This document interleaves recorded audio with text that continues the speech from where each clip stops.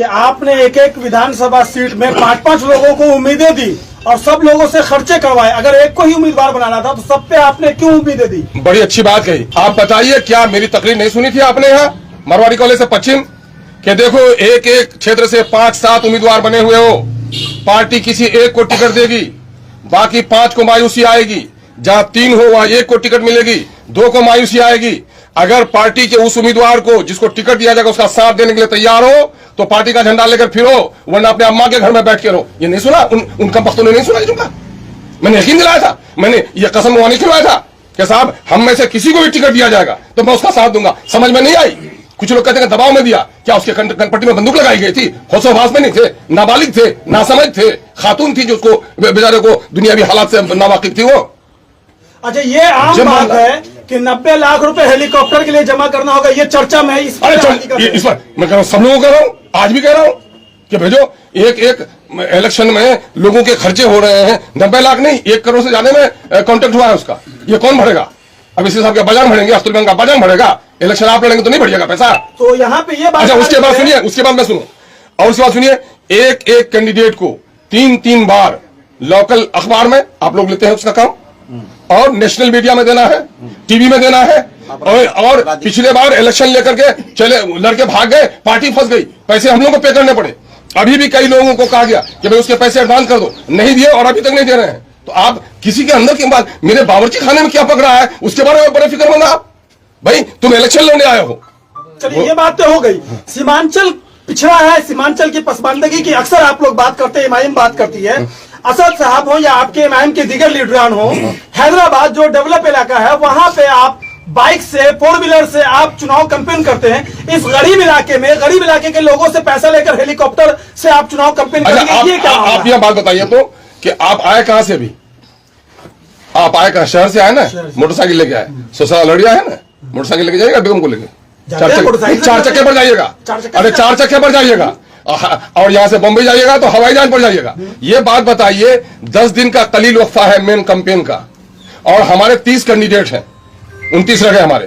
तो इन कैंडिडेट के दरमियान में सारे इलाके का दौरा करना ये पॉसिबल है उस नेता के लिए?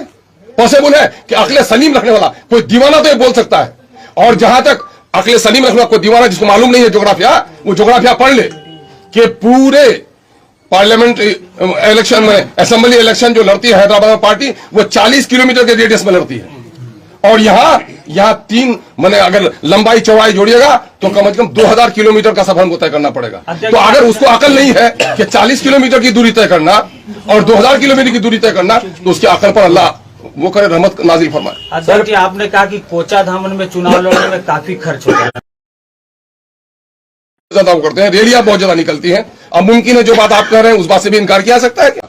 जरा दिल पर हाथ रखकर सोचिए, बीजेपी के लोगों के टिकट कटे कि नहीं कटे? सबसे ज्यादा इस वक्त आज दलील कोई कौम है तो मुसलमान है, सबसे ज्यादा बदहाल अगर कोई है तो सीमांचल के पट्टी के लोग हैं। लेकिन आपने गौर किया क्यों है ऐसे? हमारे अखिलेश सिंह साहब थे, वो बेचारे हमारे एमपी का इलेक्शन लड़े, एमएलए का टिकट उनको नहीं दिए, लेकिन एक लफ्ज नहीं कहा। नरकटियागंज से हमारे उम्मीदवार आज 1 साल से पार्टी को सींच रहे थे, जब उनको कहा कि हुक्म है सदर साहब का कि वहां पार्टी इलेक्शन नहीं लड़ेगी, उसने यही कहा मेरे सदर का जो हुक्म है मैं सर आंखों पर करता हूं, मुझे कोई गम नहीं है, पार्टी के लिए कोई चंदे की जरूरत पड़ेगी तो मैं दूंगा। कहा कि नहीं, सलामत रखिए, जहां इलेक्शन लड़ेंगे लोग वहां जाकर काम कीजिए। लेकिन जो तूफान बदतमीजी यहां एमआईएम के हवाले से लड़कों ने की और दीनी अहबाब ने की, आपने देखा बीजेपी के लोगों ने की। कुव्वत फिक्र अमल पहले फना होती है, तब किसी कौम के शौकत पे सवाल आता है। हमारे बच्चों के अखलाक बिगाड़े आपने, लोगों का मिजाज आप बिगाड़ रहे हैं। ये इस बात की दलील है कि हमारे बहुत सारे लोगों के दरमियान में अभी सियासी संजीदगी नहीं आई है। मैं ऐसे लोगों के लिए सियासी संजीदगी की दुआ करता हूं। और मैं ये भी कहता हूं, कल मुझे एक दीनदार शख्स का खत देखने को मिला और उसने कहा कि करोड़ों के चेक अख्तरुल ईमान को दिखाया गया। खुदा शाहिद है कि मैंने चेक भी नहीं देखा और चेक के ताल्लुक से कोई बात भी नहीं सुना। किसी इंसान के झूठा होने के लिए ये काफी है?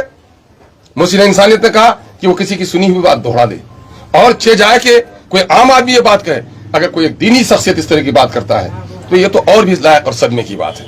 भाइयों, चूंकि मैं इस बहस को आगे नहीं बढ़ाना चाहता, आप लोग पूछ रहे थे क्या है पैसे का मामला, क्या क्या टिकट कटा, लोग कह रहे थे, तो मैं समझता हूं कि मैं शुरू और आखिरी बार ये सफाई पेश कर देता हूं और बाकी अपने ऊपर वाले पर छोड़ता हूं कि ऊपर वाला तू ही इंसाफ कर, जो झूठ इल्जाम लगाएंगे उसकी सजा तुझसे बेहतर कोई नहीं दे सकता है।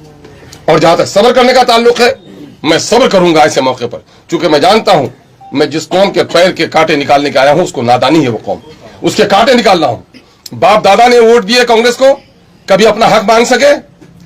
राजद को जाकर के वोट दिया, कभी अपना हक मांग सके? सीमांचल में आज अवैसी साहब ने आकर यहाँ के नौजवानों को हौसला दिया है, जबान खोली है, और आज सीमांचल में एमआईएम का एक अकलौता एमएलए रहते हुए मैंने अमोर बैसा की जो खिदमत की है वो सबके सामने में है। और आज जो कुछ भी कर रहा हूं पूरे बिहार में, मुसलमानों पर दलितों पर जुल्म हो तो आज सबसे पहले कोई आवाज उठाता है, उसका नाम एमआईएम है, उसका नाम अख्तरुल ईमान है। सनोबर जली क्या तुम्हारी बेटी नहीं थी? गुल्लाज को मारा गया, तुम्हारी बहन नहीं थी? मदरसा अजीजिया को जला गया, क्या तुमको उससे अकीदत नहीं थी? उसकी आवाज इन पार्टियों में से कोई नहीं उठा सका। अगर उठाया तो अख्तरुल ईमान ने उठाया। सीमांचल में बसने वाले हिंदू मुस्लिम सारे लोग कान खोलकर सुन लें, सीमांचल का पर कैपिटा इनकम कम है, सबसे ज्यादा सरकारी काम कम यहां पर हो रहा है। सीमांचल की लड़ाई स्पेशल डेवलपमेंट काउंसिल की बात अगर कोई करता है तो एमआईएम करती है। अलीगढ़ की लड़ाई हो या हिंदुस्तान में उठने वाली दूसरी एंटी मुस्लिम जो मसाइल हो उसकी तहरीक, अख्तरुल ईमान ने हमेशा अगुवाई की है। इसके लिए मैं आवाम का शुक्रगुजार हूं। मैं उन तमाम लोगों का जो सीमांचल में बसने वाले हैं बिहार में, जिनकी दुआएं मुझको मिली हैं, जिन्होंने मुझको जर्रे से उठाकर ऊपर तक मुझको पहुंचाया है, वो उन तमाम लोगों का मैं शुक्रगुजार हूं। और मैं अपनी बात को ही सर, आपके ऊपर जब आरोप लग रहा था, भाजपा की बात करें, क्या लड़ा कि भाजपा अच्छी पार्टी है? आप नहीं, मैं ये कह रहा हूं कि वो पार्टी रूल कर रही है। रूल कर रही तो कितनी डिसिप्लिन है। अरे डाकू भी डिसिप्लिन होता है, अपने गैंग लीडर को ओबे करता है। मैं उसके डिसिप्लिन की बात करता हूं कि वो कितने डिसिप्लिन है कि आज सरकार उनकी है और उनकी टिकट काटी जाती है, उनके लड़के नहीं कूद रहे हैं और ये भिखमंगे कूद रहे हैं। ये देखो, इसके माने ये है खाली बर्तन बचता ज्यादा है।